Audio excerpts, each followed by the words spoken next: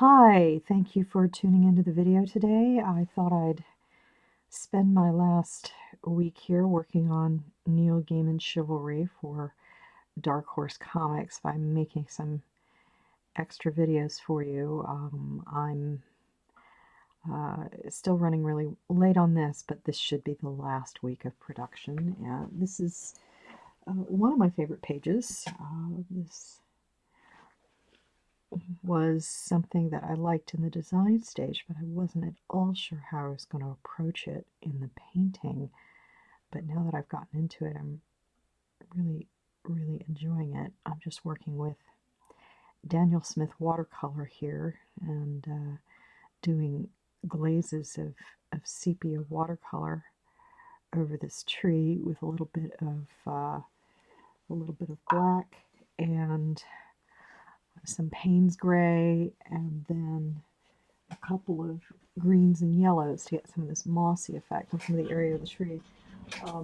I apologize for not having a better camera. The whole time I've been trying to make these videos for you, I assumed that my big problem was the camera setup, but I've now got a boom arm and everything, and the real problem is that this camera just isn't suited for this kind of work. It's perfectly fine for Zoom, but it's not so good for making art videos. To make the kind of videos that would give you a detailed look at my stuff would probably cost a couple $1,000s. I'm not going to make that investment at this juncture, but it might be something I'll do in the future. But we can have a nice sit and we can talk, and I can show you some of the things that I've been using to work on this book.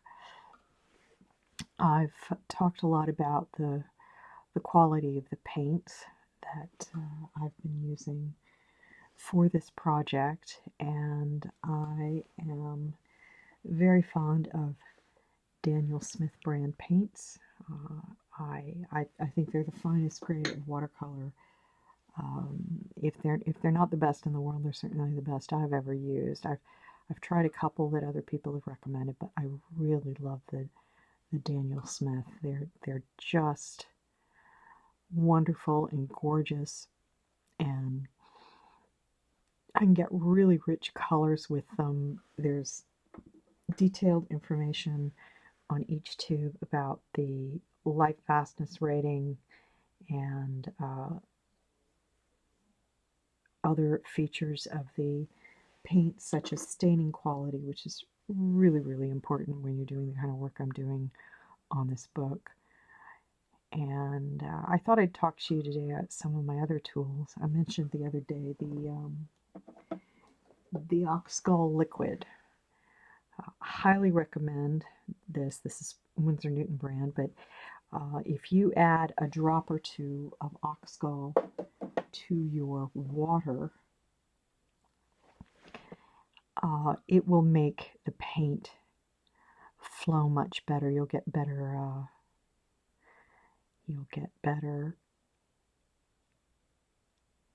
blending, and it'll keep that paint from really digging into the board. You can get in there and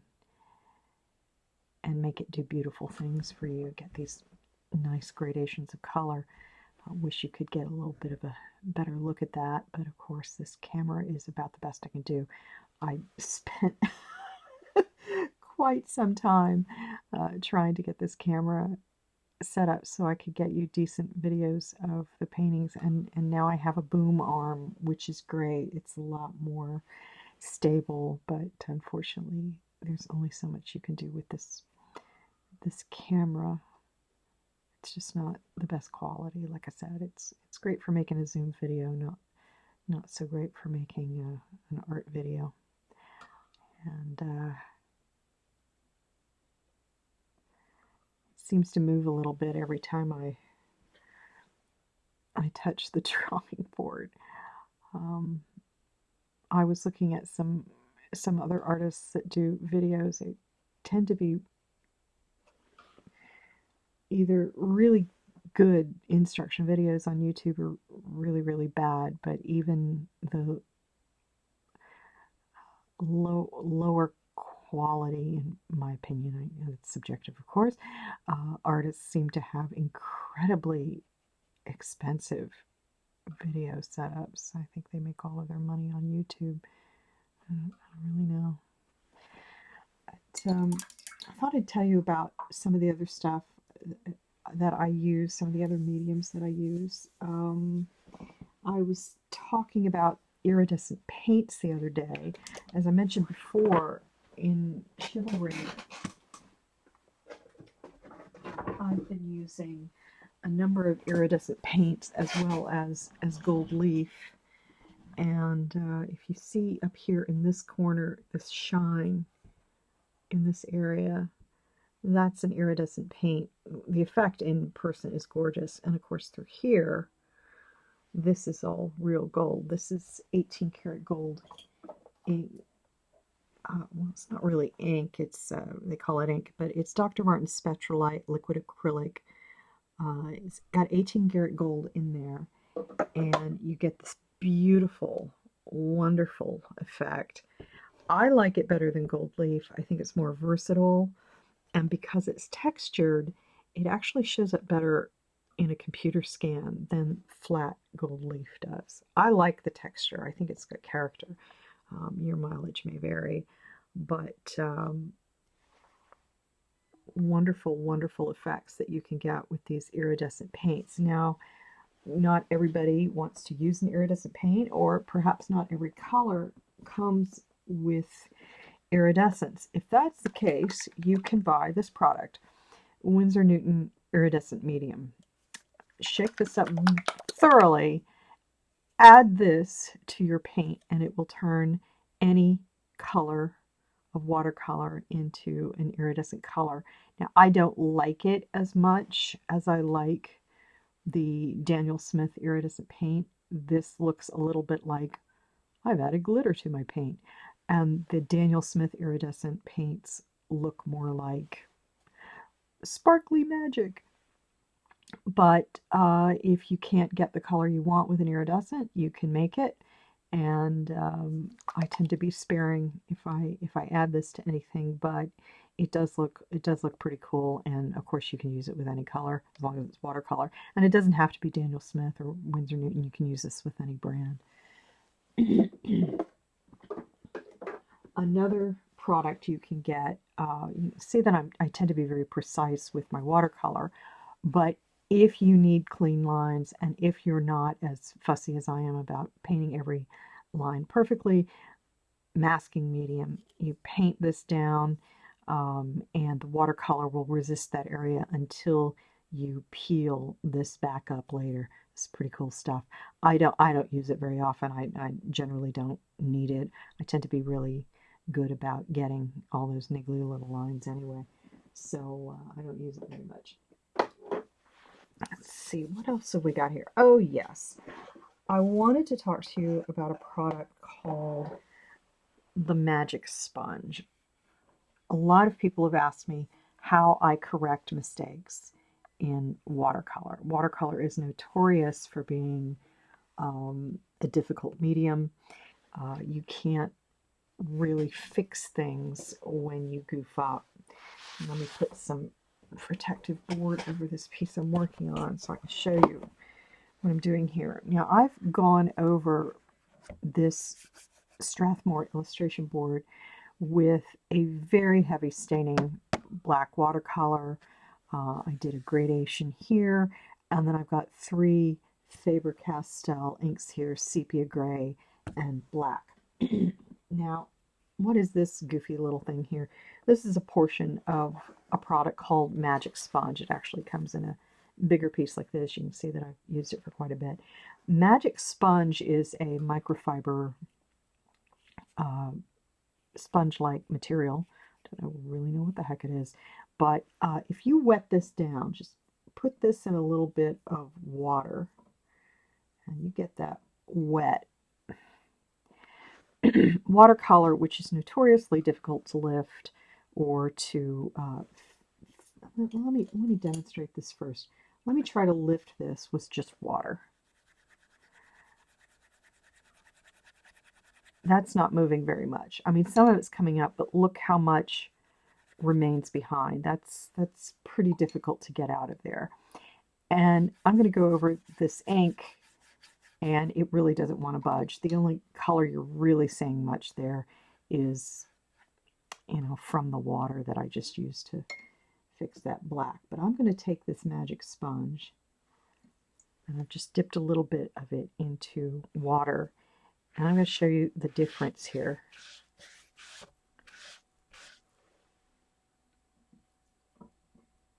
It gets really goopy.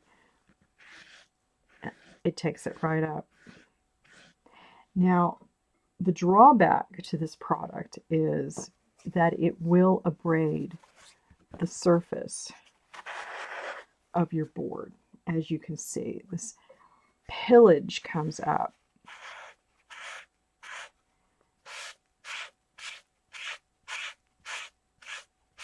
And this is going to affect the surface of the board to some extent. This is almost completely come up here, and there's very little. Look at that.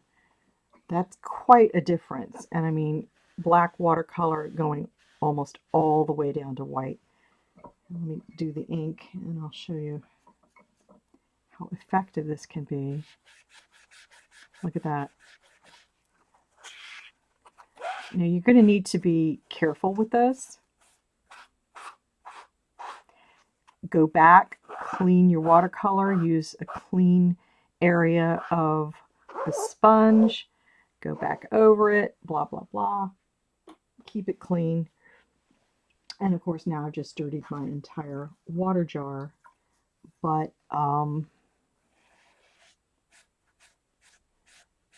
look at that. It comes up. It just comes right up.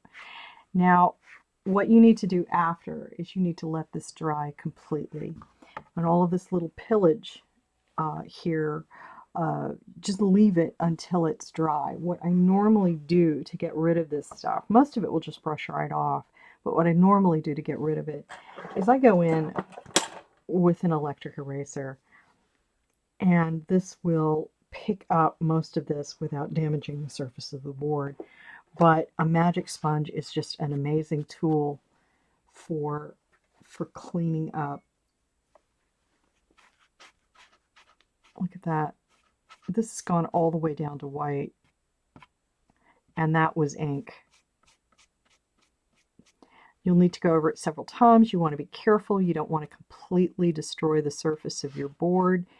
And this is not going to work very well with certain papers. It's just not going to happen. It's too abrasive for certain papers. You want to use this on a better quality illustration board or watercolor paper. Look how much that has just come off. That's like a miracle. I cannot tell you how many times this product has saved me on areas of chivalry where I've made a big mistake, or I've drawn something slightly wrong on a figure or detail of a building, and I've been able to go in with a small area of the magic sponge and rub it out and then redo the spot. You can paint over these areas, you can draw over these areas, but fair warning, this is going to bleed more in the areas where you do a repaint than it will in other areas, because you've just abraded the paper. If you've got something with a much more textured surface, it's not going to show as much. But if you've got a coated surface or something that's really smooth, it's going to show a lot more. And I have not had to restart a page on Chivalry due to not being able to fix it with a magic sponge. I've restarted pages just because, you know, I really botched them. I don't like using the magic sponge on a really large area. I prefer it to be no bigger than about an inch or so, because it does get visible after a while. You can really see the fix. But as this dries, you can see how much easier it is to get this stuff up. Anyway, magic sponge, cool product, easy to find. I'll put a link in my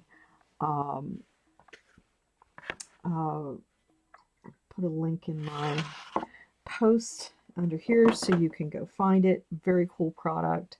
Saved my butt so many times on this job. Now here's another one. This is, where is it? Winsor Newton lifting preparation. Now, if you're the kind of artist like me who likes to lay the paint down and then lift it up, as I showed you before, where lifting is where you've got paint down and then you like to lift it with the brush. And as you can see how much I'm scrubbing there, it's actually a little bit difficult to get that up. Now, lifting preparation is a product that you put down before you paint. I've painted it in this block here. And now I'm going to paint an area of black here.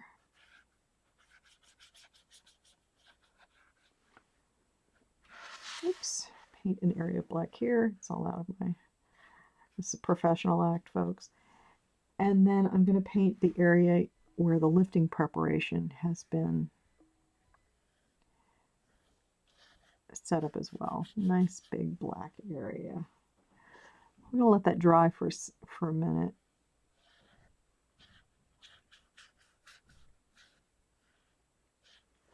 Set this aside. We'll come back to this in a second. We'll talk about something else for a minute. Ugh, now my water is all goopy. Yikes.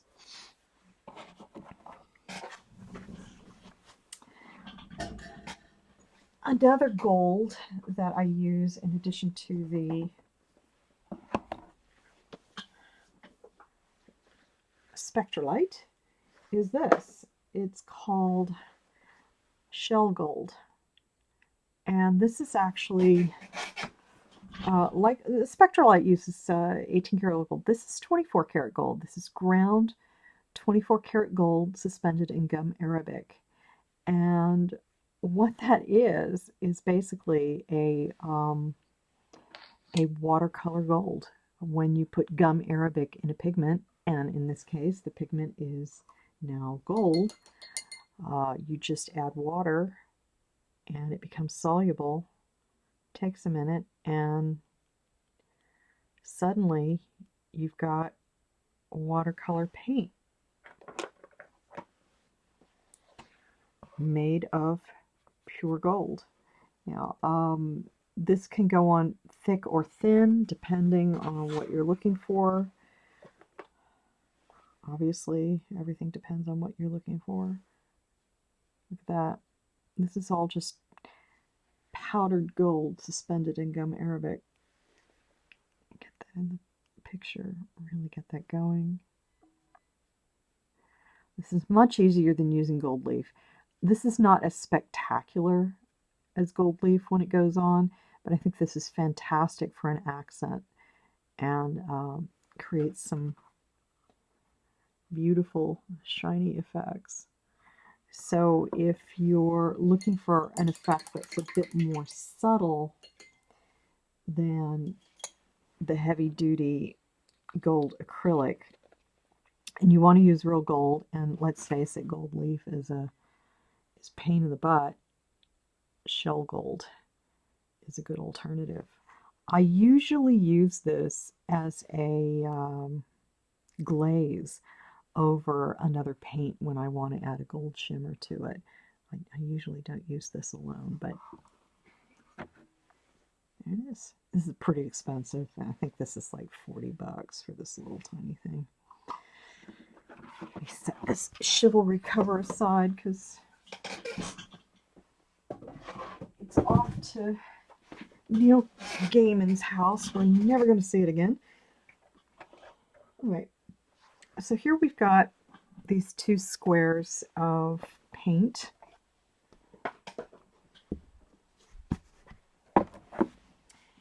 And they're not quite dry yet, but I think they're good enough for demonstration purposes. And I'm going to take a watercolor brush here, and I'm going to try to lift some of these areas. This is me trying to lift from the unprepared area.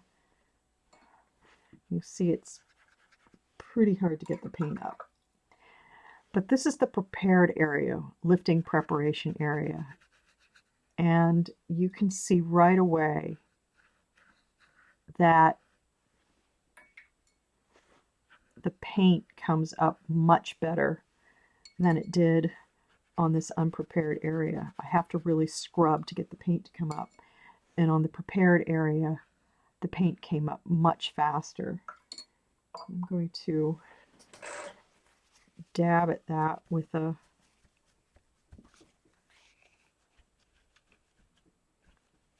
and I worked much harder to get the paint up here than I did to get it up here, and you see big difference. So if you are the kind of person who likes to use the lifting technique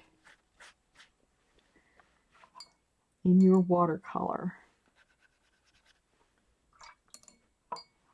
you can see a major difference in the area where I've used the lifting preparation and the area where I didn't use the lifting preparation. This is Winsor Newton watercolor medium lifting preparation. This kind of area where you're going to do something with clouds or water, that kind of thing, you want to be able to get in there and pull up color and get some cool effects. Paint over the entire area with lifting preparation, and you'll be able to do this much better than you will in the unprepared area. They'll both lift, but one will lift easier than the other. So there you go, another tool. And I'm going to get back to working on this. Oh, I almost forgot. There's one more item that I don't think I've shown you. Now this is another page for Chivalry, and I made a big mistake in this area here, and you can see that it's all white, and that's because I'm going to repaint this area, and I've prepared that spot with Daniel Smith watercolor ground. Now if I go over this with the magic sponge, this is just too much area, and I wanted to just really go over it and start over again. Daniel Smith watercolor ground allows you to paint a gesso-like surface over an entire spot in a painting and then paint over the top. It does have some drawbacks. It's got some texture. I've been known to go in here and sand this down a little bit. Also, the quality of the paint is going to be different than in the rest of the picture. This is going to be chalkier and more gouache-like when you paint over it. But Daniel Smith watercolor ground can prepare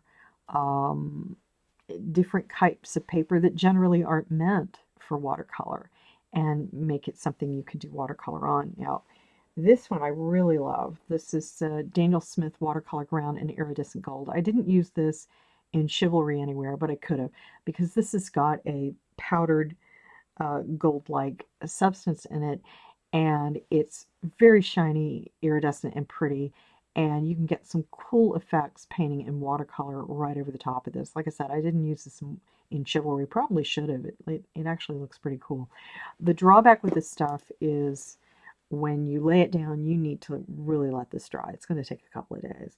And like I said, it doesn't really look like watercolor when you paint back over the top of this.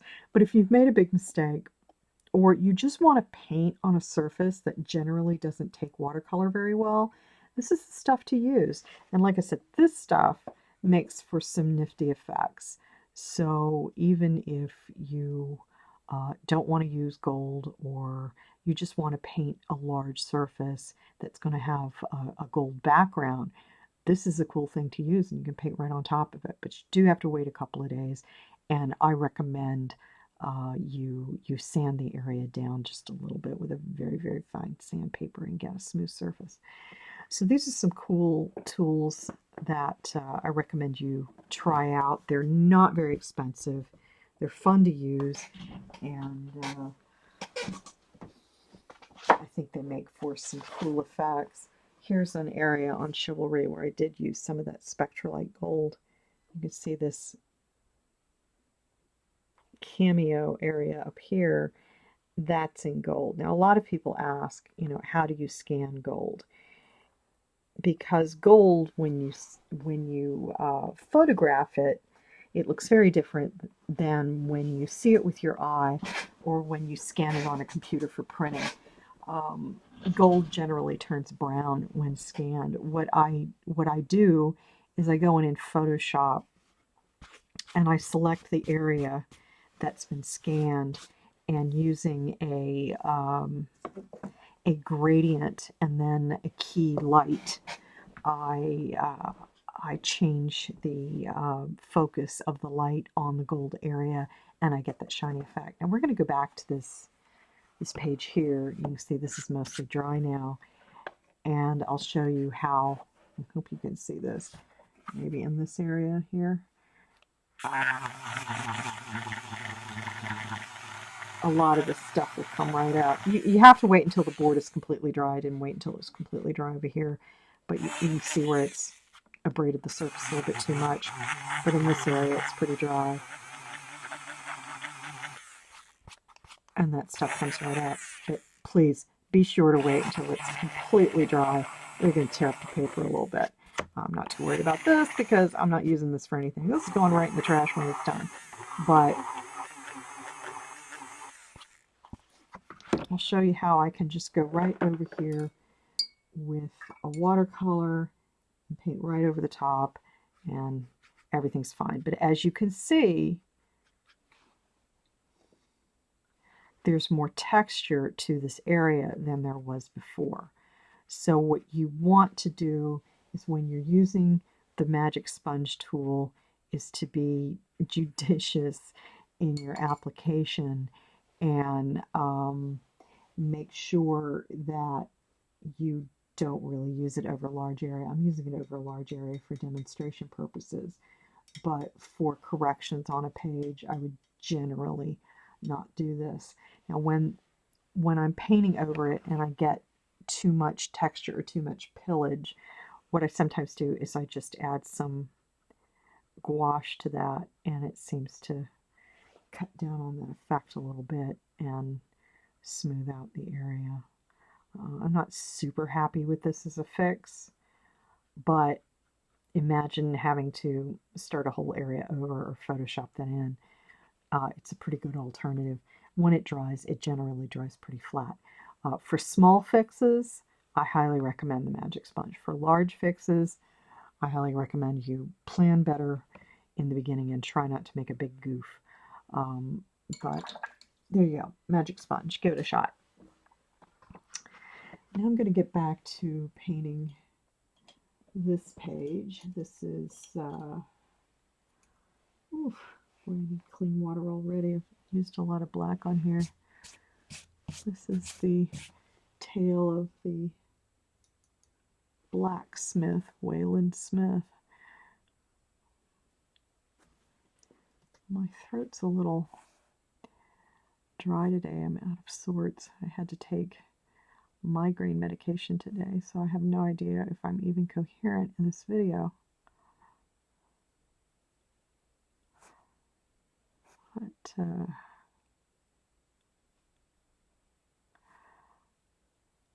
I am so drowsy. I was up until 4 in the morning. I'm embarrassed to say I was up until 4 in the morning trying to get a good video set up. I really wasn't sure how to use this camera stand, and it didn't come with directions. It's like, I have no idea how to use this thing. I did eventually figure it out. The stand works great, but as you can see, the camera is just not the kind of camera you need for making videos of original art. Not a whole lot I can do about that at this juncture. I was looking at a camera that another person is using. It's like a $1,200 camera, and I thought, not today. Not today. Maybe later. Not enough redheads. I decided this blacksmith should be a redhead. I love red hair. I wish I had red hair. I used to dye my hair red for a long time. Everybody thought I was a real redhead, but I'm not. I just murdered the walls of my bathroom with red dye because I was always doing it at home. And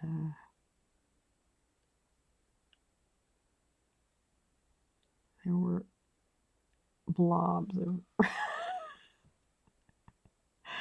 red dye all over the place. It was kind of hilarious. I had to paint the walls.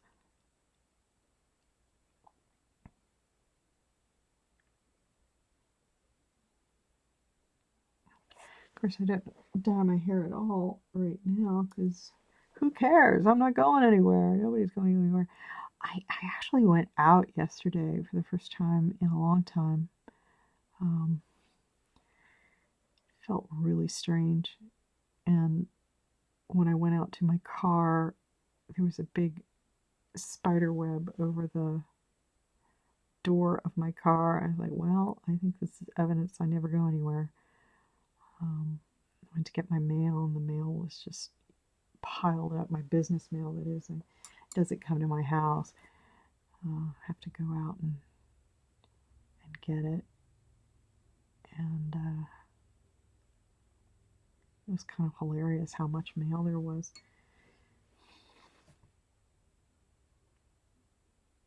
I used to have or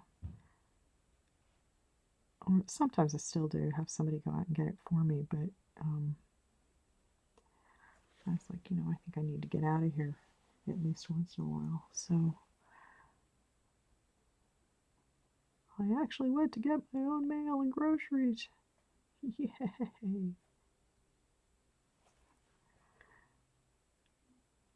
Here we go. Need to darken up his. Well, you probably can't even really see what I'm doing on this video.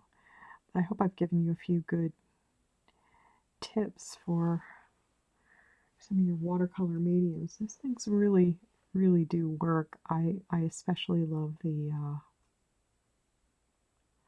ox gall medium. It makes such a big difference in my ability to handle the paint. You can really get in there and blend. Watercolor is a tricky medium, but when you get the hang of it, I actually like it better than anything else. I just haven't done any major watercolors in years and years and years, so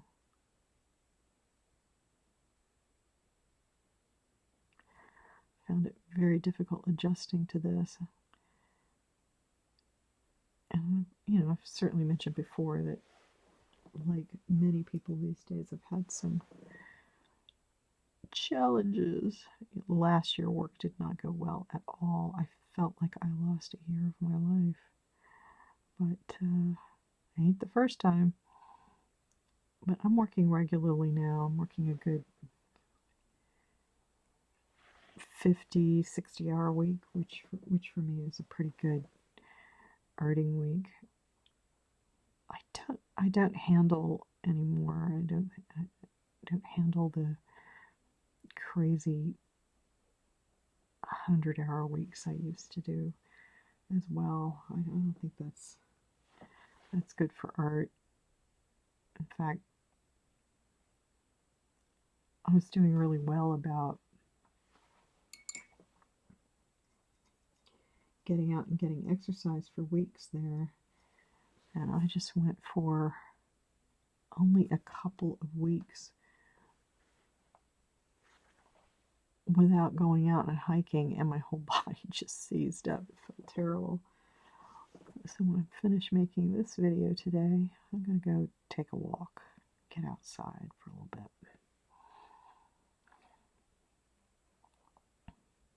Having my Bob Ross moment.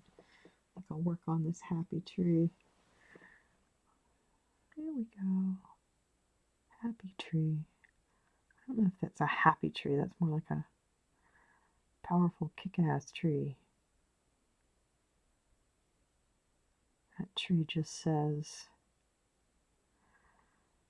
ancient gods and spirits live here. Yeah. I've been having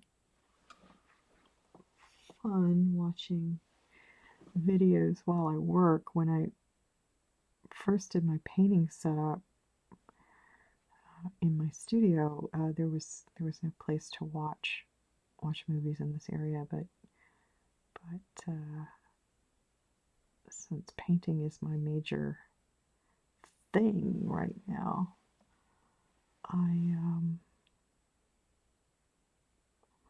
I decided to redo the whole area in here, and I was really glad I did, because now I've got a permanent setup just for painting and another permanent setup just for drawing, and it really works now. I never had the studio set up to prioritize painting before, and I have all of these patrons who are waiting for paintings, and I would put them off and put them off. You know, maybe only work 1 or 2 hours a week on a painting. Well, you know, if you're working on a painting at only 1 or 2 hours a week, and it's a 70-hour painting, that's 70 weeks to get one painting done. That's not good. So a lot of that lag was just in moving equipment from one place to the next, or putting the equipment away and then taking it back out, and blah, blah, blah, blah. And I finally reworked things in here to where I don't have to do that anymore. And my painting is now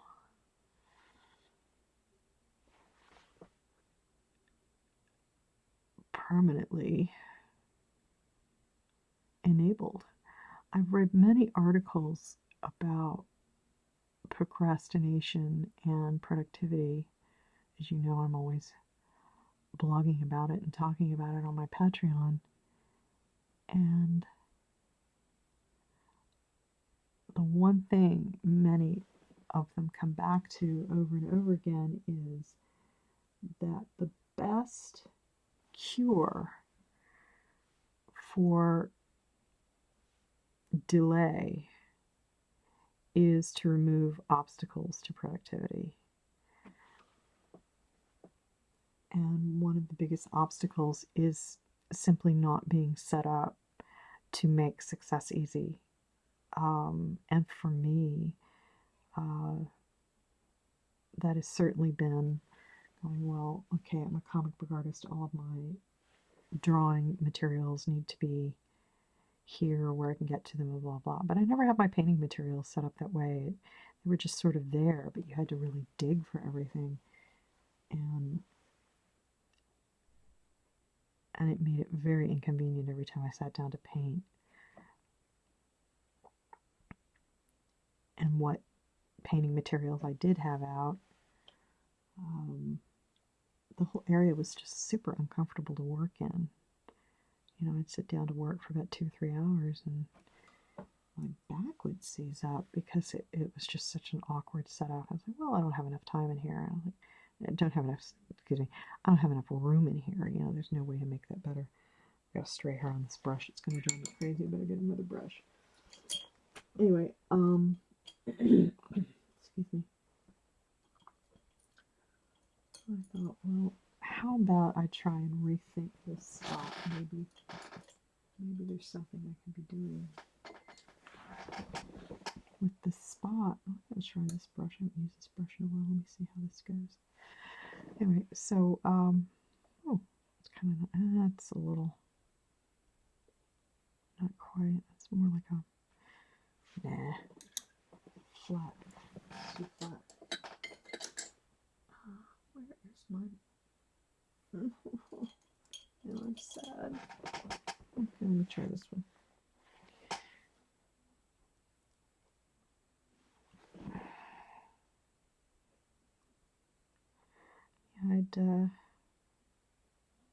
I'd work for a couple weeks on some paintings that people were waiting for, and then I go, well, I have to go draw, and then I'd put the painting stuff away, and the next time it was time to go paint, I'd be like, oh man, it's such a pain in the butt to get all that stuff out. Man, I really hate doing that. And now I've rethought the whole area, and it's amazing how much room you can find in a small space when you just rethink your priorities. And I had a piece of furniture in here. I was like, well, I can't block that piece of furniture. And then I went, I only use that about 4 times a year. How about I put that away and set it up so I can get to it, but get to it with an eye for the fact that I only need it about 4 times a year. And I moved that piece of furniture and the whole office area opened up. It's very funny. I really am enjoying painting this tree. It's a happy little tree. I don't paint happy trees. I paint powerful trees of the gods. This tree is an icon. You manly tree. There are probably better ways to paint trees. I'm sure Bob Ross is laughing at me out of his grave, but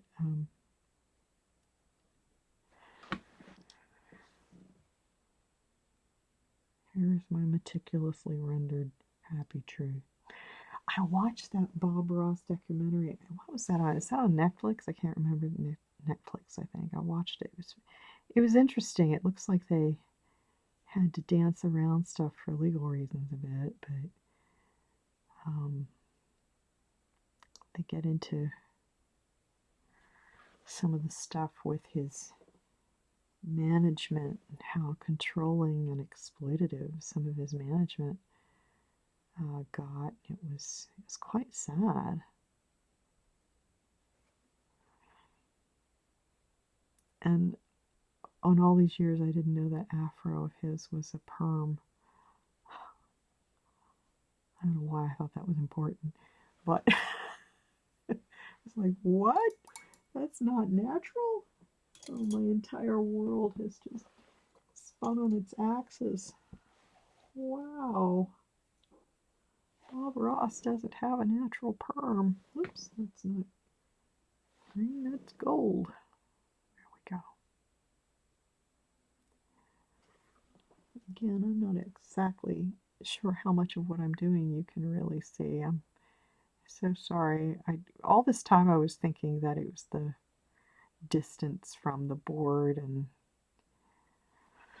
if I just had a good camera arm, I'd be able to get a perfect angle and you'd really be able to see what I'm doing. Well, you can now see what I'm doing. Unfortunately, this camera is simply not made for this kind of close-up work, and this is as good as it's going to be. I'm not kidding. I spent something like 4 or 5 hours. I was like, that's a day's work that went into trying to get a better setup in here with this camera, but that's not going to happen. At least I've got this nice stable arm. Oh man, you're gonna laugh. I tried to make another video for you the other day, and like I said, I thought it was, the whole problem was just the spot where the camera was. It's like, if I just get the right spot, I can get a good picture of what I'm doing and blah blah. Anyhow, so I went ahead and strapped the camera to my head, which, by the way, was one of the most awkward, hilarious, sad-looking things you've ever seen. I used a sleep mask. So it's a blue polka dot sleep mask with a little frilly lace and a red headband. And I strapped this goofy camera to my head and filmed a video for like an hour. And I didn't get as good a picture as I got here.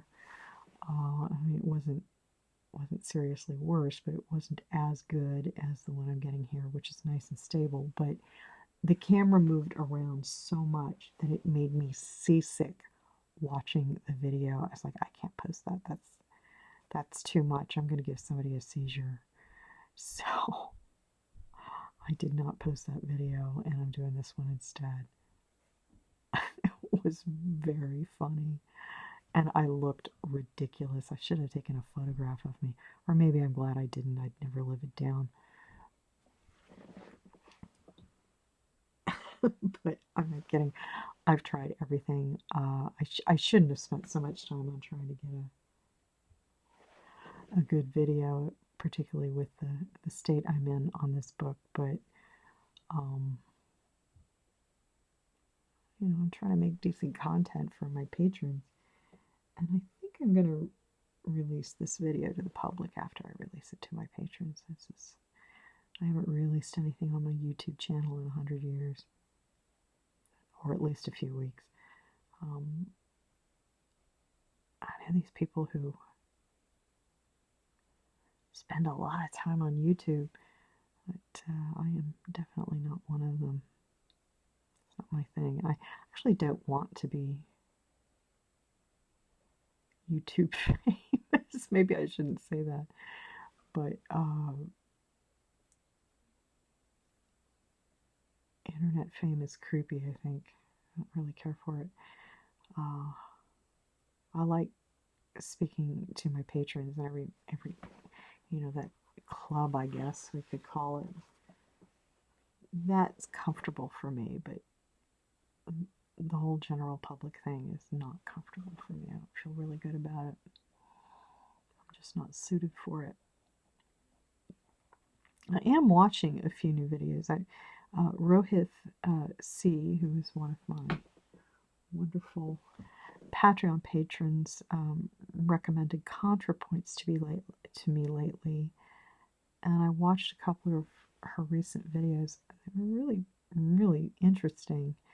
I'd seen her years ago, and I wasn't too interested in the original approach, and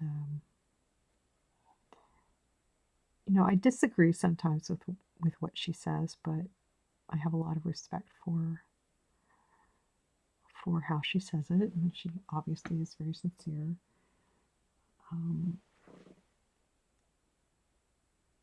But no matter who it is, you're gonna disagree sometimes. But I just watched a recent video by her called Envy, and it knocked me off my feet.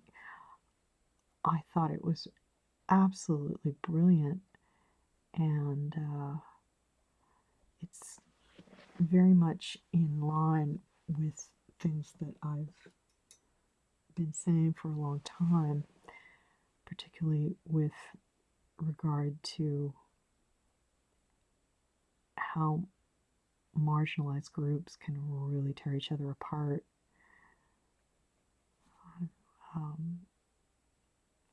I'd recommended a couple of essays that ContraPoints also recommended in her video. It's like, well, we're obviously on the same wavelength about that. But if you get a chance to watch ContraPoints Envy, it's just really well done.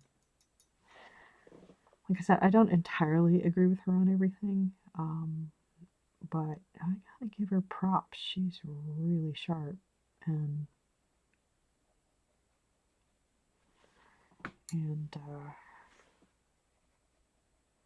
the video is very, very well done and funny. Really, really funny, but boy, does it explain certainly some of the stuff that anyone in geek circles who's got a little bit of notoriety, you're you're going to feel it to your core. The weird experience of having people hate your guts because you have something, even if they don't themselves want it.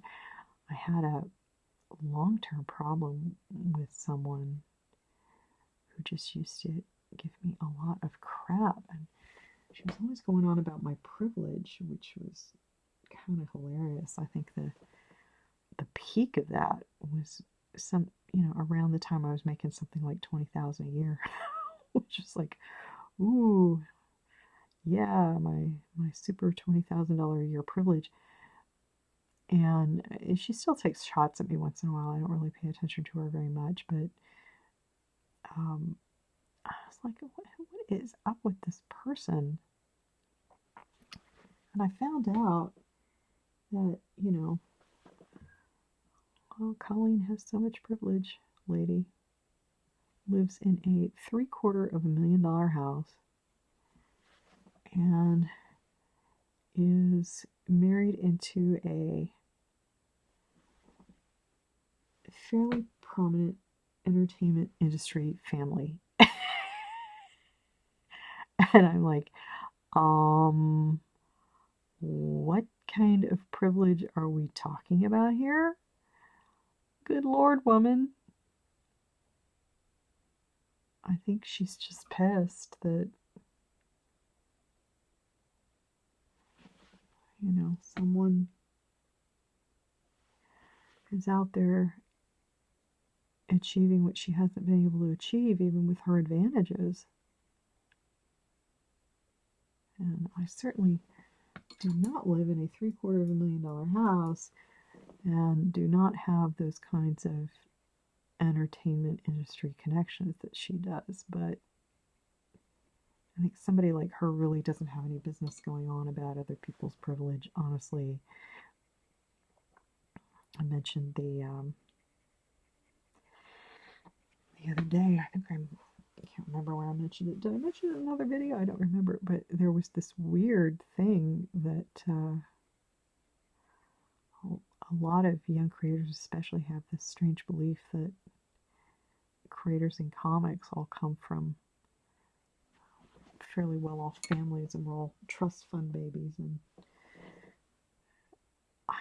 oh my gosh. And I was giving an interview to a young woman and she goes, well, so you went to college and you studied comics and then you went to art school and you studied art. And she actually said it like that.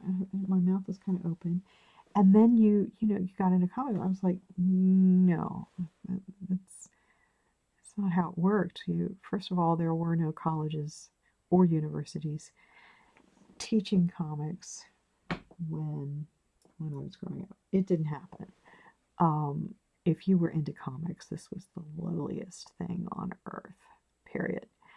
And I didn't go to university because my parents paid for me to go to university. My parents never paid for any of my schooling. I didn't even get senior class trip. I paid for my own. And I went to college on scholarship. And when my scholarship money ran out, so did I, because I was like, I'm not going into debt for this. And I'm glad I didn't. And I didn't actually go to art school until I'd been a professional artist for over 2 decades. And all I did was take a couple of computer correspondence courses. That was it. I didn't actually study art. But if people hear that you went to school for a minute, they go, oh, well, you got family money or government money and blah, blah. It's like, I didn't do any of those things. I didn't get any of that stuff.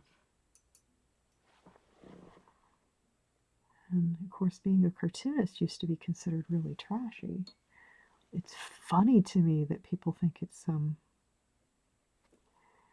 great privileged job. Because for the longest time, You know, if you worked in comics, you were some kind of nut. I certainly did know some people in comics who came from really privileged families. You know, they'd gone to some highfalutin schools. I once knew a woman who went to Wellesley, and she was very snotty to other people. There was an editor at the company, and he had worked at a department store, and she used to dismissively refer to him as that haberdasher. Like, holy cow, who even talks like that? But she was pretty snotty and came from money, and of course she doesn't have a career now, so I don't care about her. But I didn't come from money. I had to earn this stuff. My first years living on my own, I lost a lot of weight because I couldn't afford food. About the only thing I could afford to eat. Meat, if I wanted meat, I had to eat chicken backs. So I lost a lot of weight, and then I got yelled at for my skinny privilege. I'm like, okay, I think that's starvation, honey. But whatever. Very weird world we're living in. I think it's a endless argument about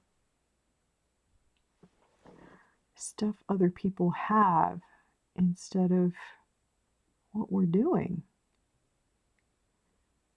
I'd rather talk about what I'm doing. And what I'm doing at the moment is I'm painting a tree of mystical power. Oh, that's what I'm doing. That looks better. I think this needs some shadow up here though.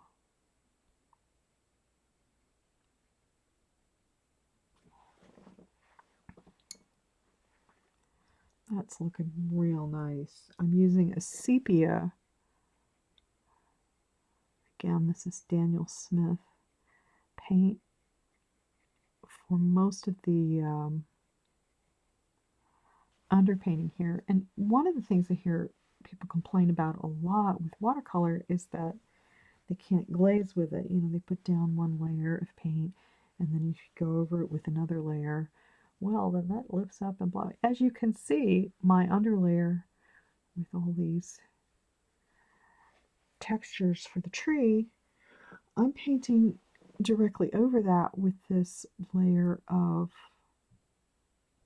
burnt, I think it's burnt sienna. I've forgotten what I'm using at the moment. And it's not coming up. You learn a lot of this by feel. It's one of the great things about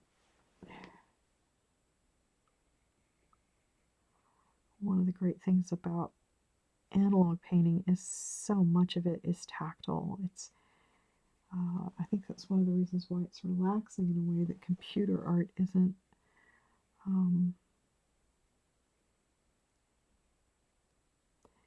Is the soothing tactile quality of the act of painting. This is very, very pleasant to do and to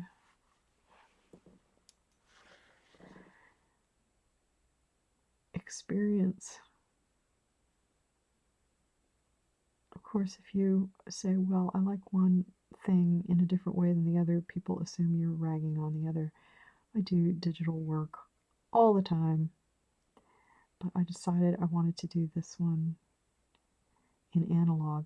I could not have achieved the look that I've gotten with this book if I'd done this digitally. I don't think. I'm sure that there's somebody out there that's really good at that watercolor look with digital art.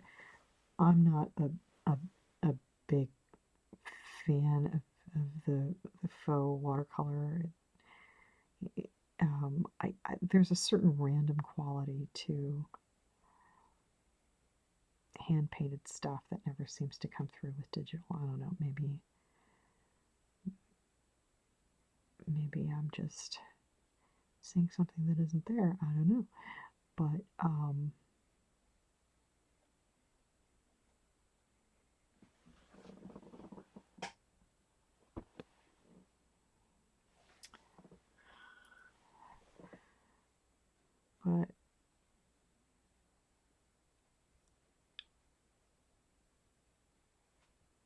for whatever reason, hand-painted art is more soothing to me. I have no real idea why that is, except it might be just this feeling of movement and touch that you just don't get with digital art. It's just not there. And the fact that you are moving around and going back and forth to your palette and picking things up and putting them down and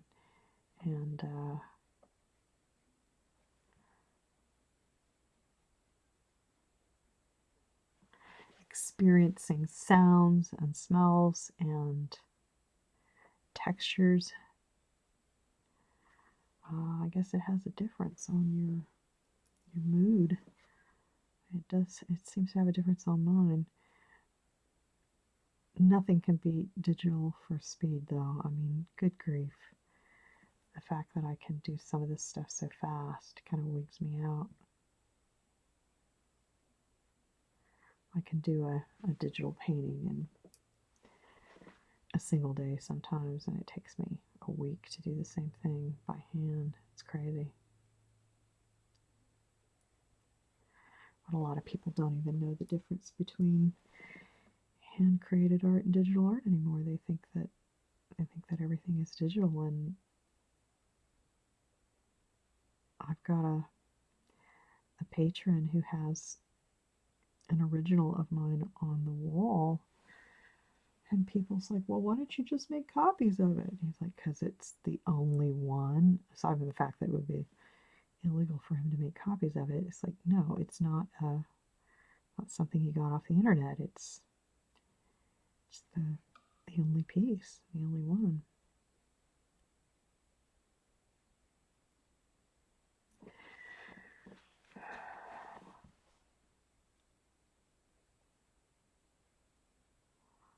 And I've got to get the cover of Chivalry packed off and shipped to Neil's place. I'm not going to see it again after this. It's very strange to see art you haven't seen in a while. The art's been in a museum for some months, a couple of museums in Italy, and I got it back the other day, and I finally opened up the package and had a look at it. And it was strange to me because the colors are different than the colors in my memory. My memory is that the blues were a lot more aquamarine, but in the original they're actually quite turquoise, which I do not remember them being that turquoise. As we've discussed on my Patreon repeatedly,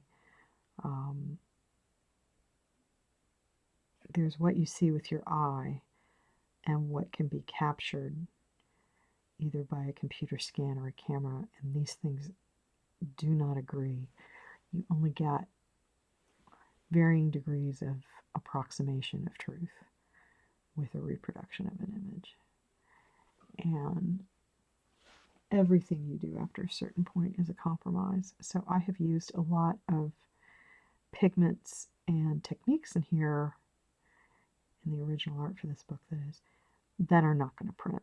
And I know they're not going to print. I spent weeks testing them before I got started on the book so that I would know what the color shift would be and what the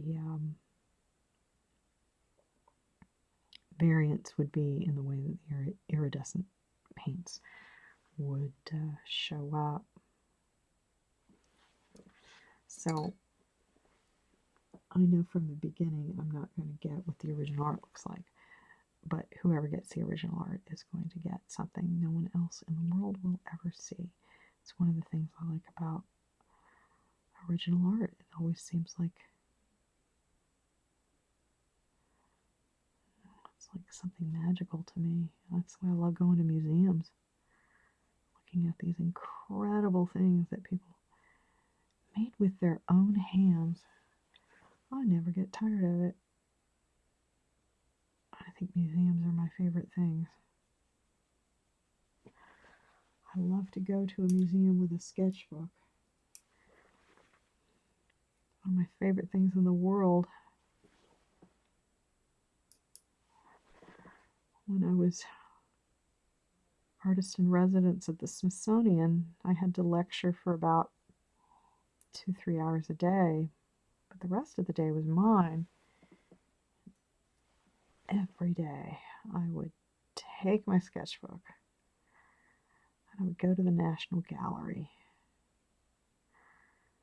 And the National Gallery has a restaurant, so I would go have lunch in the National Gallery, and then I would spend the rest of the day sketching. Just the best thing in the world. Museums, museums, museums. I can't even imagine what it is like to be able to work all the time in a place like the Smithsonian. I mean, I got to work there for a while. That was cool, but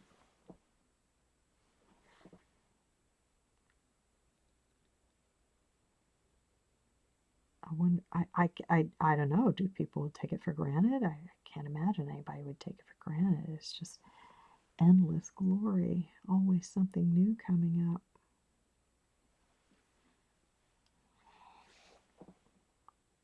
When I lectured there, I was at the Sackler Gallery, which is the Asian art gallery. It's really funny because I went for like a 20-30 year period where I had a very intense interest in Asian art, and then one day, boom, gone. I don't know what happened. I just did this sea change shift. I mean, I do that sometimes. I've had other people observe it. It's like a switch, and then I'm like, okay, I'm done. I don't know what that means, but I used to be intensely interested in manga and intensely interested in Asian art, and I have not a bad collection. I've even got a couple of Hokusai prints in here and a couple of 18th century pieces that were given to me by family. I'm certainly not running around buying fine art these days, but boom, one day I was just like, okay, I'm done. And for the last, gosh, I don't know, wow, most of the last decade, I've been almost entirely focused on Western art in a way I haven't been since I was a kid. And I've always loved the Pre-Raphaelites, but now I'm just crazy for English genre art and European genre art, especially the 19th century. And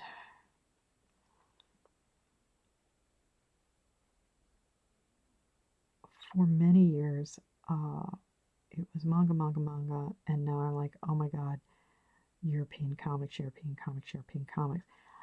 It might simply be because manga is so common now and the manga look is so common now. When it was uncommon, I was like, well, I have to have more of this. And now I'm like, well, I've had enough. I don't see people getting into bande dessinée the way they do into manga, but I'm very interested in bande dessinée right now. That's where I'm going, and I think my work of the last several years reflects that. Almost everything I'm doing is with a bande dessinée appeal, I think.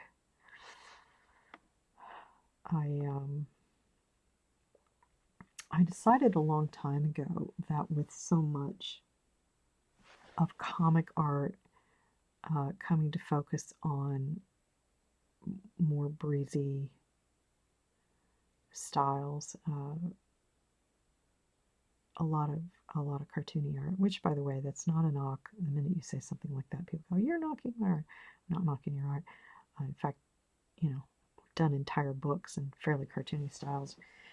Amazing, fantastic, incredible Stan Lee was really cartoony for me. But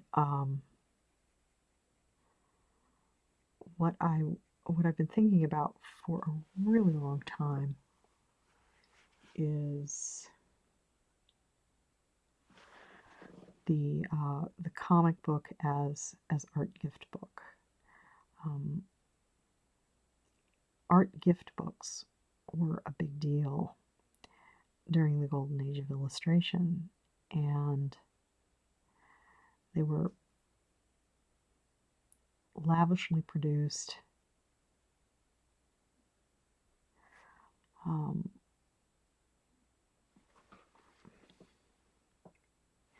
lavishly illustrated by wonderful, wonderful artists.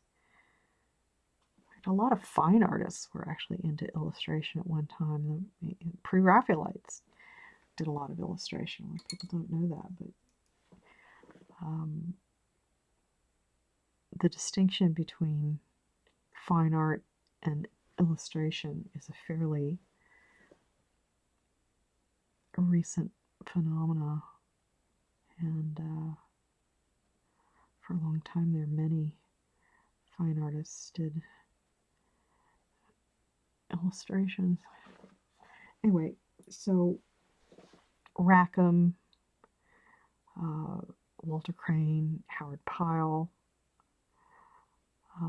I admired all of them when I was a kid, and then I got into comics and got into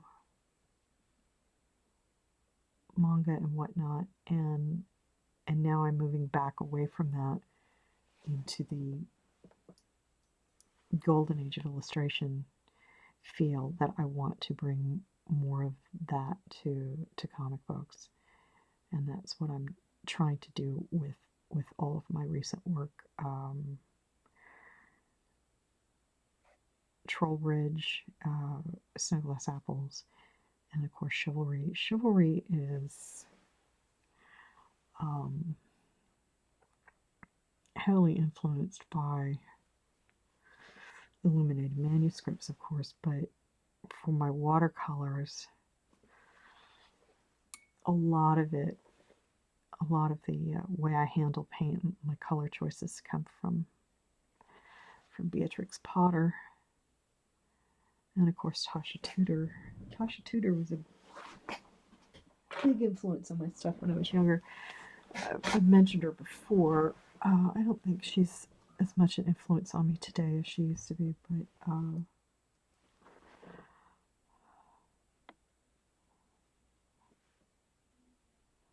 she had a naturalist approach to color, even if her drawing was not quite as naturalist. I think her draftsmanship is a little bit naive. Neither Tasha nor Beatrix Potter did heroic work, and they weren't that big on figurative work. Tasha did more human figurative work than Beatrix Potter, but it tended to be of a type of a kind of naive children's book illustration type, which is very, very sweet and pretty. And again, this is not a criticism, this is an observation.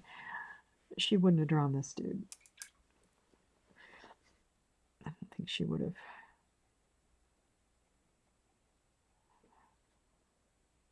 handled a story the way I'm handling it. And of course, Beatrix Potter wasn't big into the human figure. I think she'd rather paint a mushroom, but who wouldn't, really? Really love her little watercolors, and I think my color sensibility is very similar. I really do. Maybe I'm flattering myself. I don't know, but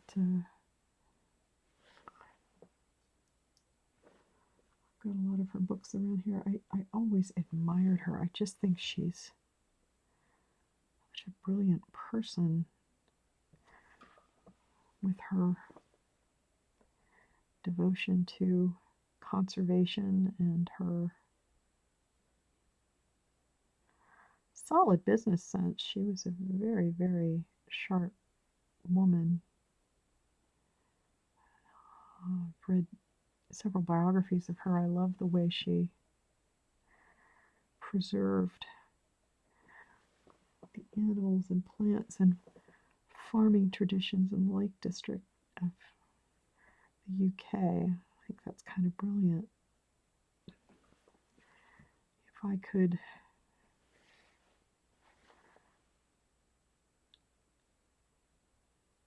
emulate anyone in life, I think I would like to emulate her, but I think the chances of me producing something as popular and lucrative as Peter Rabbit are rather slim.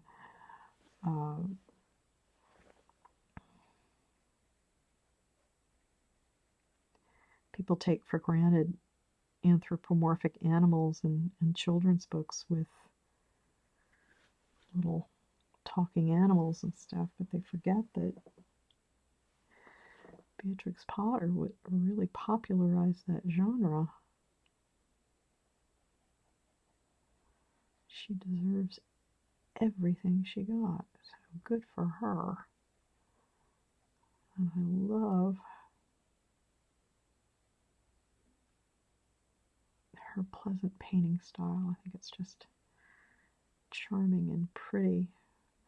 I think she's again, nothing against Tasha Tudor. I don't want anybody getting angry at me. I think she's technically a much better artist than Tasha Tudor. Tasha Tudor was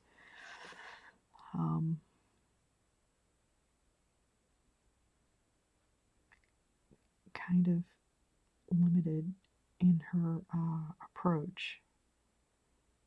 But I did like her work very much when I was a little girl.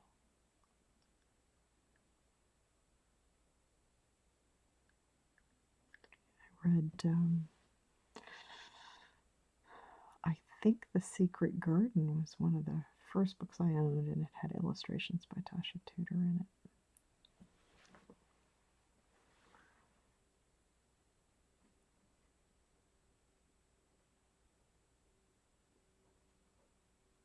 Really lovely little book, and I think those are some of Tudor's best illustrations. She was a lousy businesswoman, though. I gotta say, she made some incredibly bad deals. I think she didn't get any residuals on any of the illustration work she did, and she was paid pretty badly, if I recall correctly, and someone can, get in my face if I'm wrong about this, but I think she got paid $500 for all of the illustrations on The Secret Garden.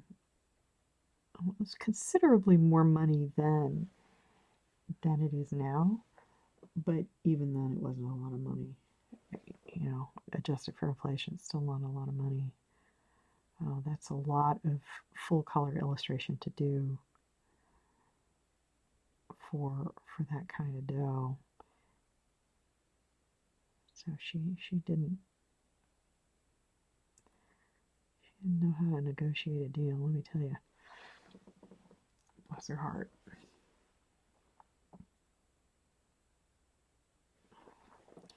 I think for many years I was determined to live like Tasha, and I was trying to go off the grid and grow all my own food and all that kind of stuff, but the labor cost on that kind of lifestyle is crazy high. People tend to romanticize it. I remember this one woman who was always giving me a hard time for, I think it was the lady I mentioned earlier, Colleen's privilege. I was like, growing your own food, madam, this is not a privilege. This is the baseline standard for most of the world, honestly. Privilege is being able to go to a grocery and buy food other people have labored over for you. Growing your own food is not a privilege, and you have a yard. You can grow your own food, you just choose not to. You have a yard with a $750,000 house on it. So maybe you can get one of your servants to grow you some food. But no, growing your own food is a lot of work. No joke. It is pleasant work, but it is labor, and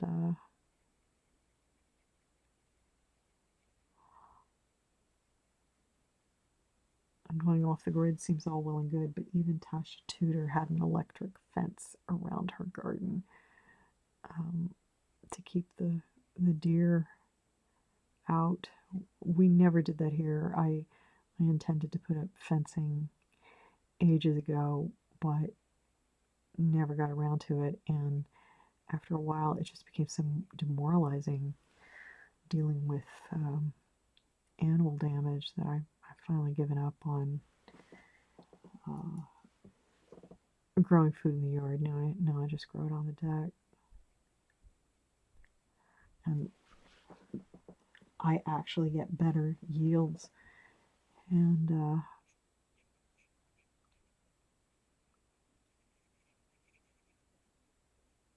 save a ton of money by growing the food on the deck. I just think that's hilarious. That's one of those rethinking a problem things where great big space in the yard does not necessarily make for better yields. If you can't protect that space, it's like you never had it, because something's going to come along and eat everything.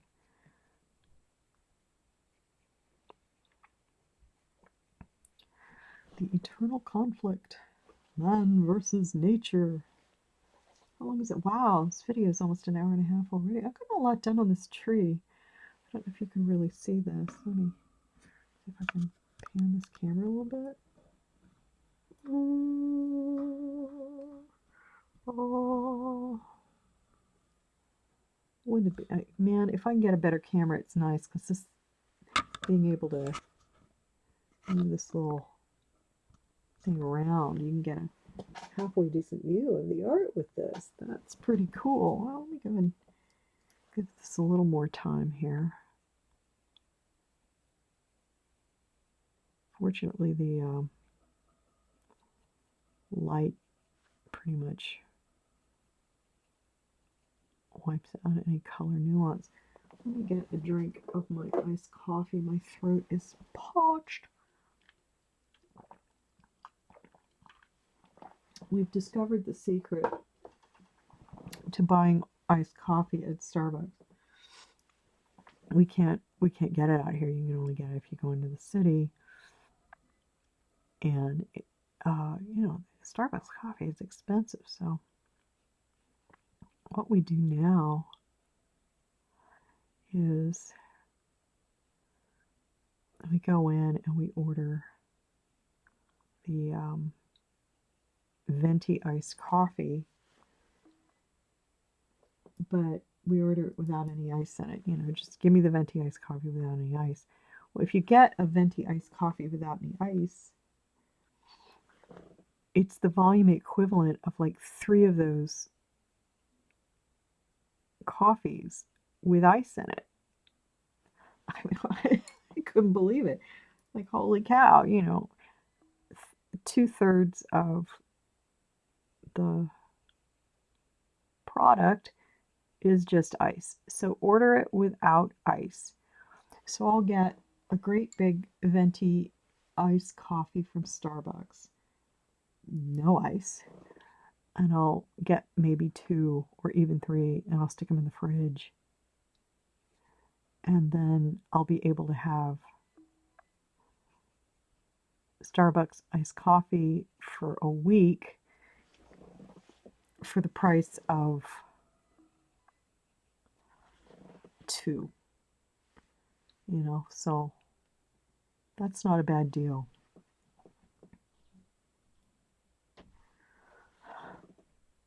not a bad deal. Instead of paying for 6, I get 2, and you know, all that ice doesn't melt in my coffee on the long drive home.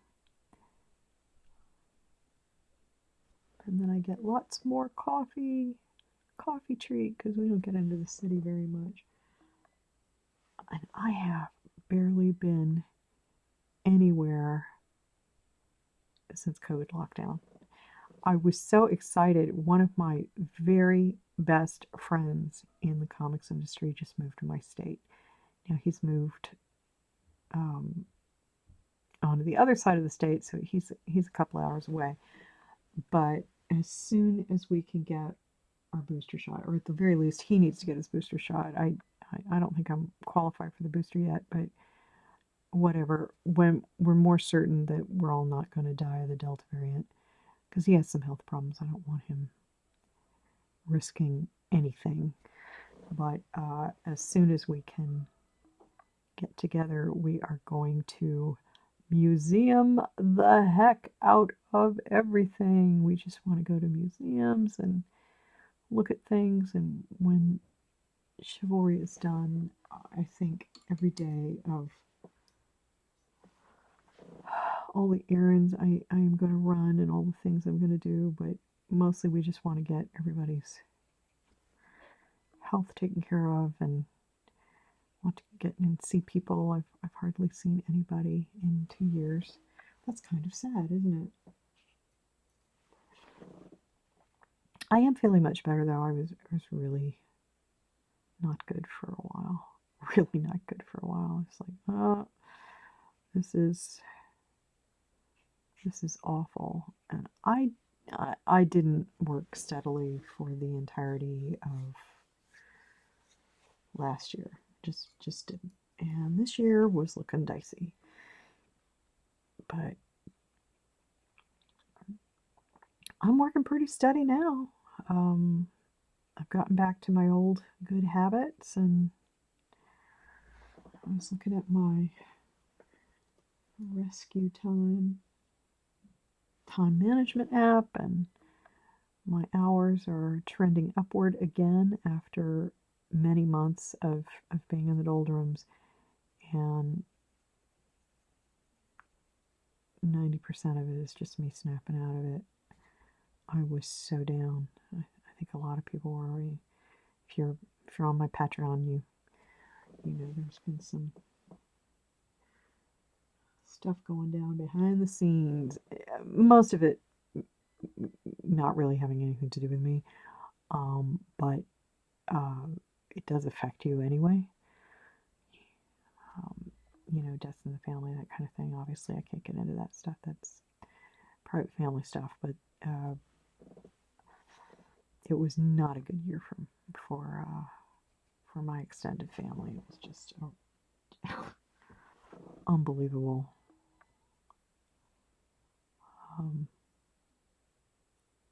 just talking about this morning at breakfast. What a weird thing it is to deal with someone's estate and have to get all of their mail for the months and months and months after they're dead. It's just this really sad reminder every time you go to the mailbox.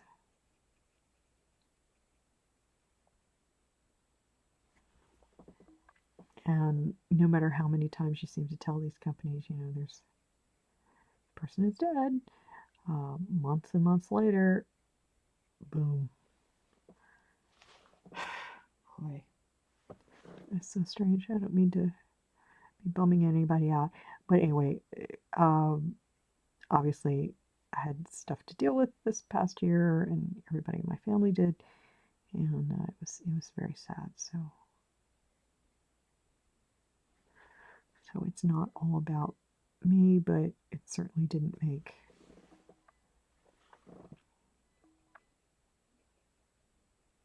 my life and work easy, no matter what the lady in the $750,000 house says.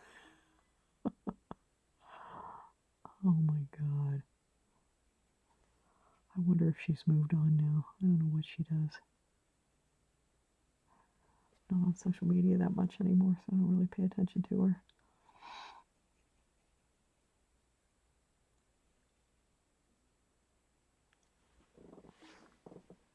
Here we go. Almost done with this section of the tree. This needs to be deeper. This is just nothing but sepia on top of sepia on top of sepia. And you can see how I'm glazing right over these areas, or at least I think you can see how I'm glazing right over these areas. And for the most part, the paint is going where I want it to. If I want it to stay, it stays.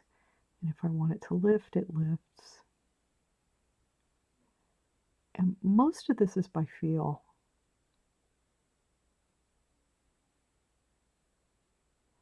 There's no real magic formula for how that works, I'm afraid.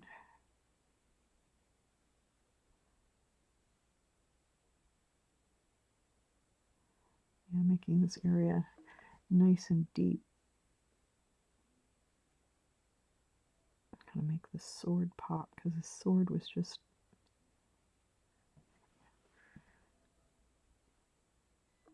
disappearing in the background here, but now it's shiny. It's shiny. You want me to go another half hour? We can make this a 2-hour video if you want.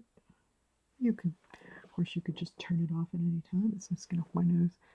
I could, this needs to be a little deeper in here as well.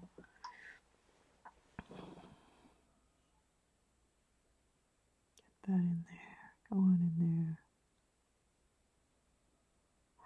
One of the things I like about Daniel Smith watercolor is they've got a creamy texture that a lot of other watercolors don't have.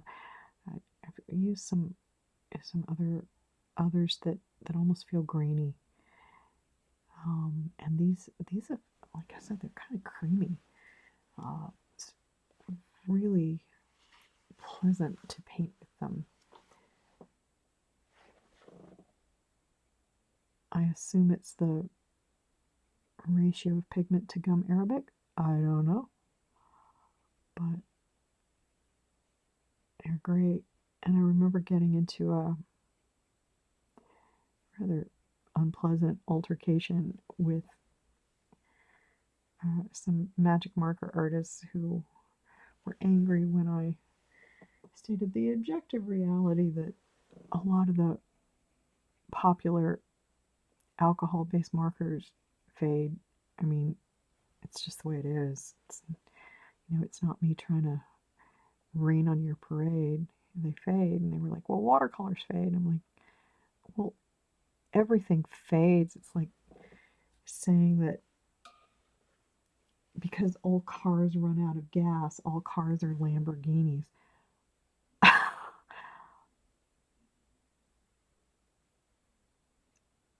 And Daniel Smith paints, let me tell you, I haven't run out of a single tube of this paint since I started using it. And I'm on my 60th page of this book. And these tubes are tiny. Look how small this is. This is tiny. This is smaller than my finger. And I haven't run out of one tube of this paint the entire time I've been working on this. So you'll pay, this is not the cheapest stuff in the world, but when you buy this paint, it lasts a really, really long time. So people look at this artist grade paint and they go, well, that's too expensive. I'm going to buy this marker. I was like, have you looked at the price of your marker? These markers are really expensive for what you get. And if your marker dries out, your marker dries out. I mean, then you go buy, this stuff, this alcohol-based stuff to renew your marker. But you know what happens when watercolor dries out? You add water and then you get to keep painting with it. Fantastic! It doesn't dry out. You keep working with it. I call that good stuff. I'm sold.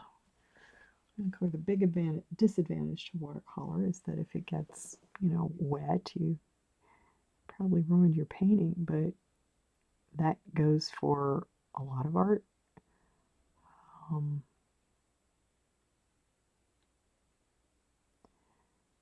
don't drop your paintings into the lake. It's kind of a universal.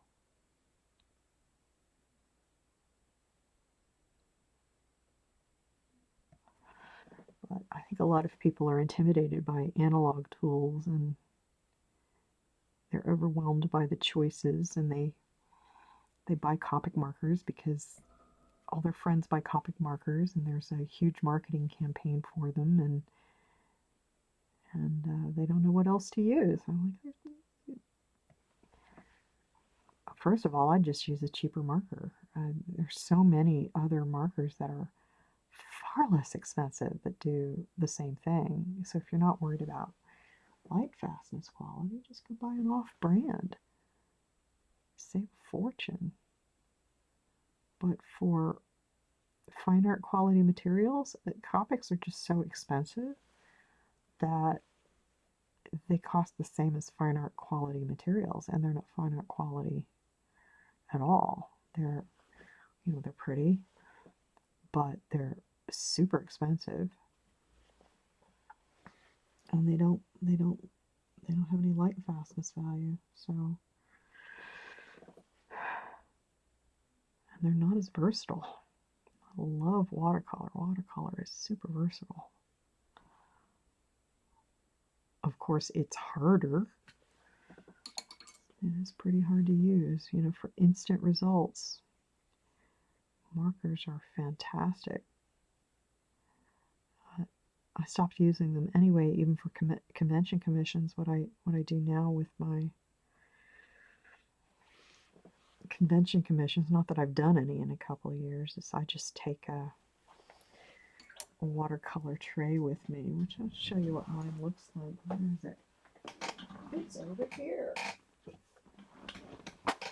I don't have a Daniel Smith tray, but I do have this nice Rembrandt tray. Comes in this nice, and folds out like this, and it's full of paint. I've had this for a couple of years, and you can see I've barely touched the surface of all these paints. Now, Rembrandt paints are pretty good quality, and this is a complete color palette range. And look at all the color you get, and you can take it anywhere, and it's not going to leak. And if it dries out, well, it's supposed to. It's watercolor. You just add water. You've got this portable palette here and mixing tray, and when you're done, you just close it up, and it makes a perfect system to carry with you. You put your brushes right in here in between and carry them with you, and boom, that's it. And this is a lot less heavy, time intensive, and in my opinion less costly than going to a convention with a huge array of markers. I don't get the thing about markers that everybody's got these days.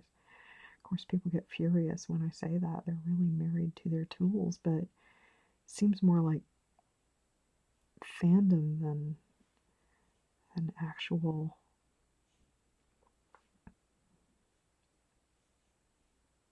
appreciation of what the tools are doing.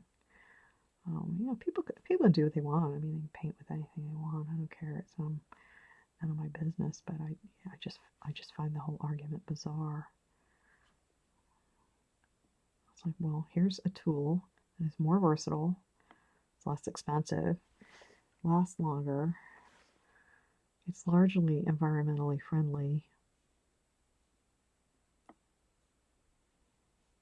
And you're telling me you don't want to use it because why? Alright, okay. Do what you want with your stuff. Whatever.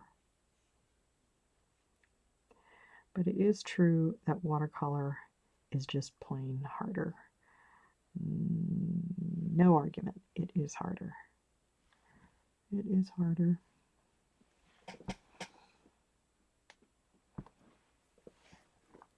But for convention sketch type stuff, I don't understand the big deal. I just showed you a nice tray that you can take anywhere you want. Huge number of colors. I traveled with that tray for 2 solid years, and I didn't have to replace a single color in that tray. 2 years. One commission paid for everything in that tray. What's not to love about that? And it doesn't weigh very much. And you can get those brushes. Let's see if I have one here. Let me see. Do we have it in here? Where did I put them? It's been so long since I've traveled. I don't keep them out anymore. Ah, yes, here they are. Travel with these. My rolling chair making all these. Travel with these. They're watercolor brushes. You just fill this side with water, and you've always got a reservoir of water in your brush, and you paint with that. Carry that with you to shows, and you're good to go. You can also get portable water reservoirs that you can keep at your table. I've recommended these before. Let me show you again. This can come in really handy. These are lockable jars. You put this on top. Let me boom, boom, boom. Look, that's not going anywhere. So when you need to carry your water around, you get something like this with a lockable top, and you don't have to worry about it spilling everywhere. You just use it for cleaning your brushes at your table. And the entire time I was on the convention circuit, bringing my watercolors with me, I didn't have a single accident with the brushes. Everything worked out just fine. So, so if you want to get out of the extremely expensive and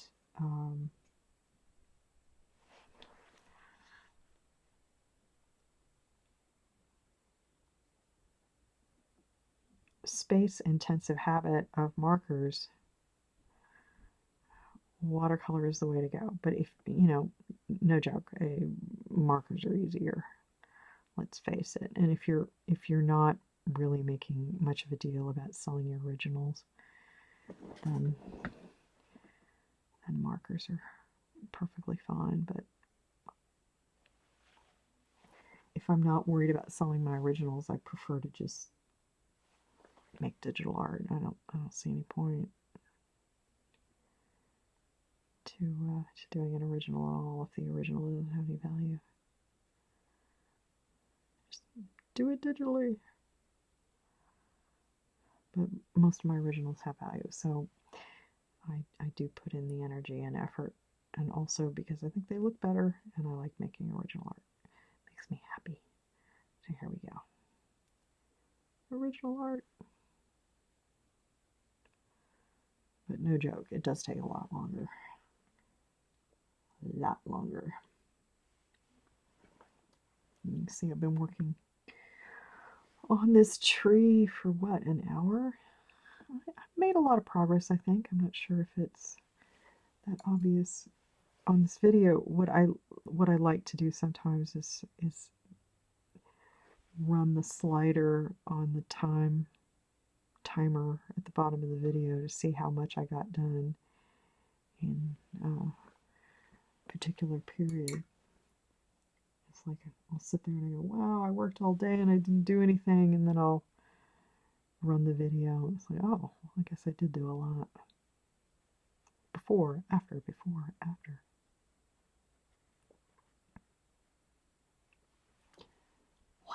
An hour and 45 minutes. Holy cow, I've been on here a long time. Yay. Well, this is starting to look pretty nice. I might finish this today. Stranger things have happened. There are a couple things I'm not sure about. I kind of like how ghostly he looks. You can't really see it in this video, but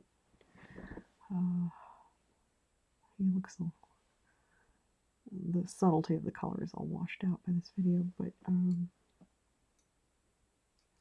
know if I'm gonna keep that subtlety or not, or how I'm gonna handle that. I don't know.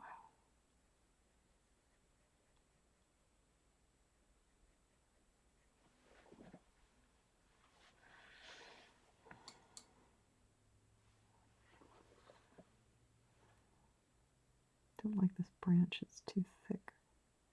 I'll push that out of the way. Goodbye, branch. I've been watching a lot of videos while I'm at work.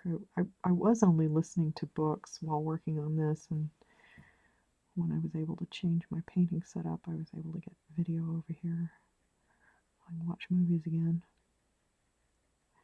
I've been marathoning Outlander. I really liked that show. I loved all the books.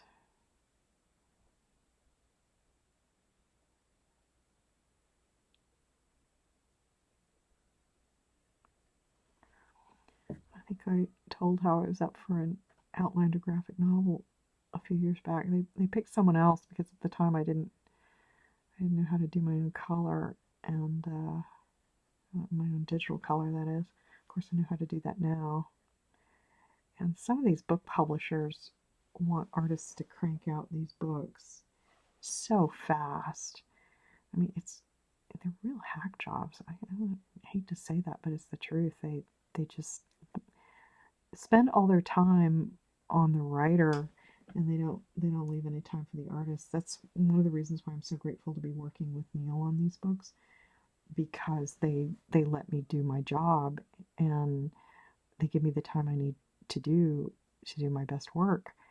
And you're just not getting that at some of these major book publishers. I'm not talking about Marvel or DC. I'm talking about the book publishers where they sometimes give the artists just a few months to do the art for like a 200-page graphic novel. It's insane.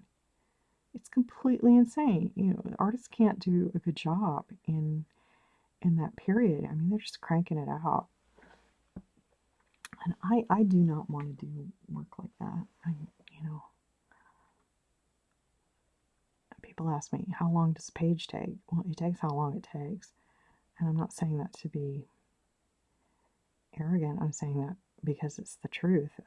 It's one of the reasons why Chivalry has been such a challenge, because I had no realistic idea of the time cost on this book. I mean, there are pages that went very, very quickly, in, maybe 20 hours, I guess, for a painting, which is pretty fast for me. But there were other pages that just took, 70 hours. And that's actual 70 hours of labor, not 3 days. That's 70 hours of labor. 70 hours of labor is quite a lot. And even if you're working a 70-hour week, you just work, 70 hours for like $400. So, not a lot of people willing to do that. I'm willing to do it because I'm nuts.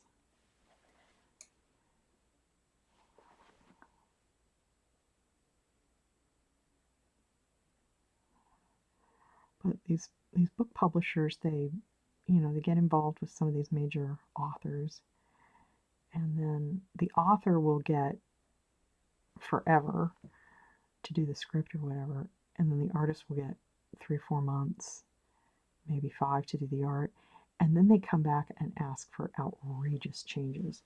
It's like, look, publisher, you should have made these issues clear 6 months ago. You want me to do what? On what scene? You want to change what now?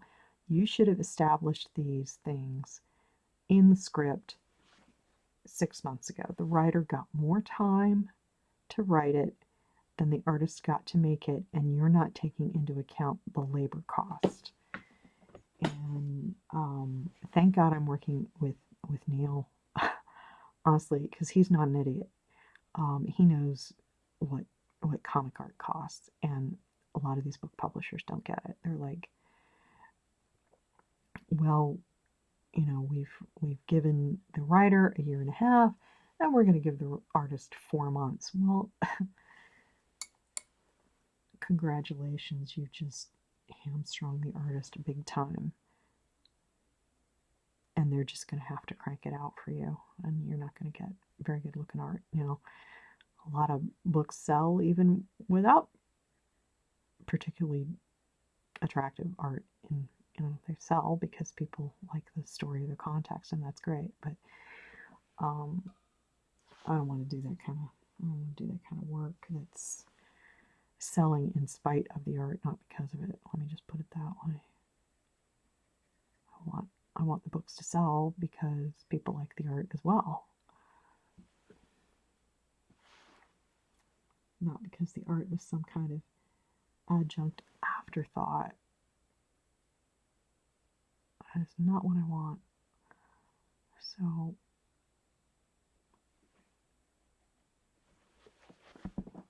in future, assuming I ever do another one like this, I will have a much better idea of labor cost of this kind of job. I don't know that I'll be hand painting another book like this. And I know my next one won't be like this, without question. The next one won't be like this. I had 2 other jobs that I was slated for, and I had to leave because this one just took so much time. I was like, sorry folks, I must sacrifice in my quest for the Grail. Boy, did I. Wow, I had to leave some good stuff. But you gotta do what you gotta do.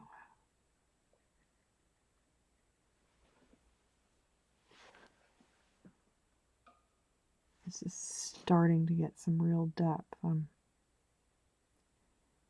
feeling much better about some of these areas now.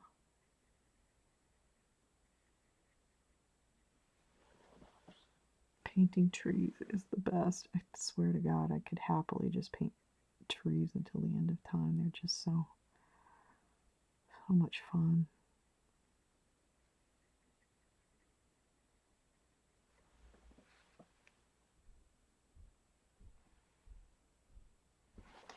That blue really does the trick here.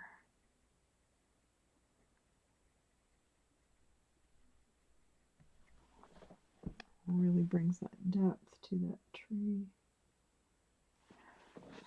Don't remember which blue I'm using right here. Should probably keep a list, but what I usually do when I'm working on something like this is I just keep all the paints in a particular drawer while I'm working on a certain area so they're easy to find again. I've got a cabinet right here at my feet, and there are drawers and drawers and drawers of paints in that cabinet.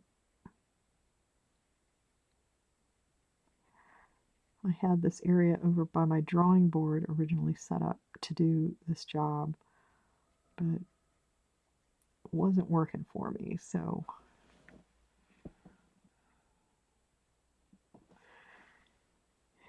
in future I'm going to keep drawing and painting functions fairly separate, and I'll be probably moving all of the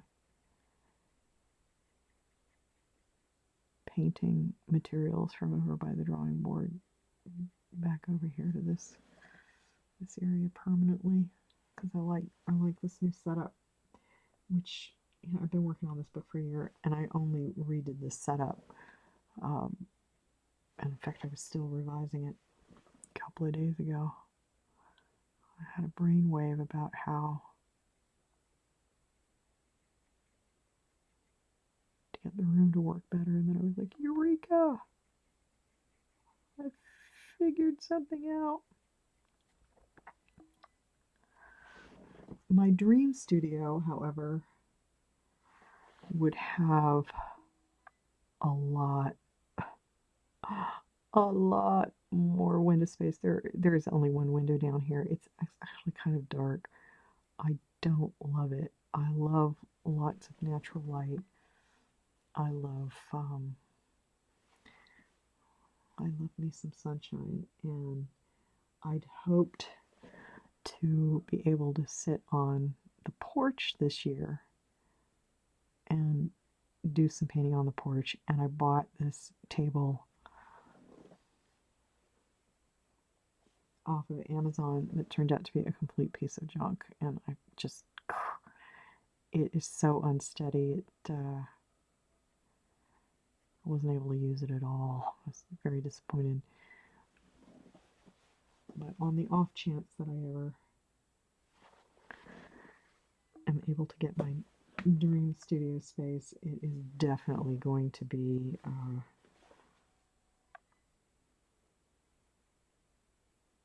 room with a lot of light. I'm out here where I currently am, in part because I want to be with my family. But I don't know how long I will be out here. Probably not in the distant future. And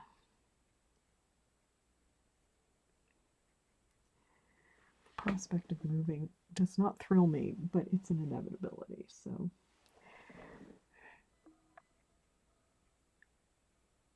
Fortunately, I live in some fairly rural areas, so if I do move, I will probably be able to find something really nice in my price range. And that's the great thing about living outside of big cities. You can get good value for your money in terms of housing. If you work at home, it's a huge advantage. I know a lot of creators, illustrators and artists who do not live in major metropolitan areas.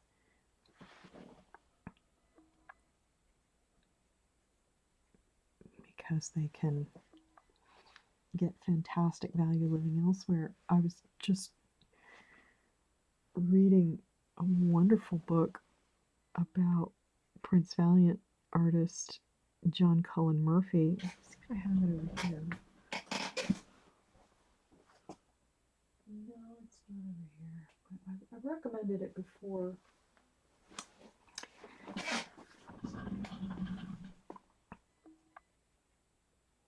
Anyway, it went into detail about the artists and cartoonists community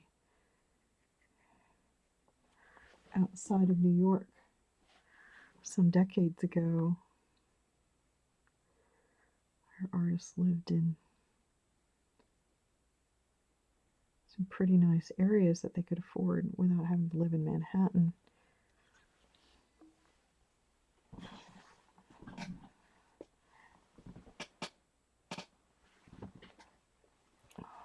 I made a lot of progress on this afternoon. I'm pretty happy about some of this. I really feel like it's coming together now. Yay! Thank you for spending the afternoon and sitting with me. Almost, oh my gosh, this is a 2-hour video. Wow, it's going to take forever to upload. Okay, I'm going to call it a day. I'm going to go ahead and clean out my water jar and I just knocked over my camera and everything. Whoops. Ow, I just hit myself in the head. What a way to end this dramatic video. Oh no, I've scratched the art. Isn't that typical? Wow. The light just came down and scratched the original art. That is like such a day for me. Well, I'm going to see if I can fix that. And yay. Thanks for spending time with me today. Wow, this is fraught with peril in here, this precarious setup. Let me see, what did that do? That's fixable. I can handle that. Okay. Anyway, thanks a lot.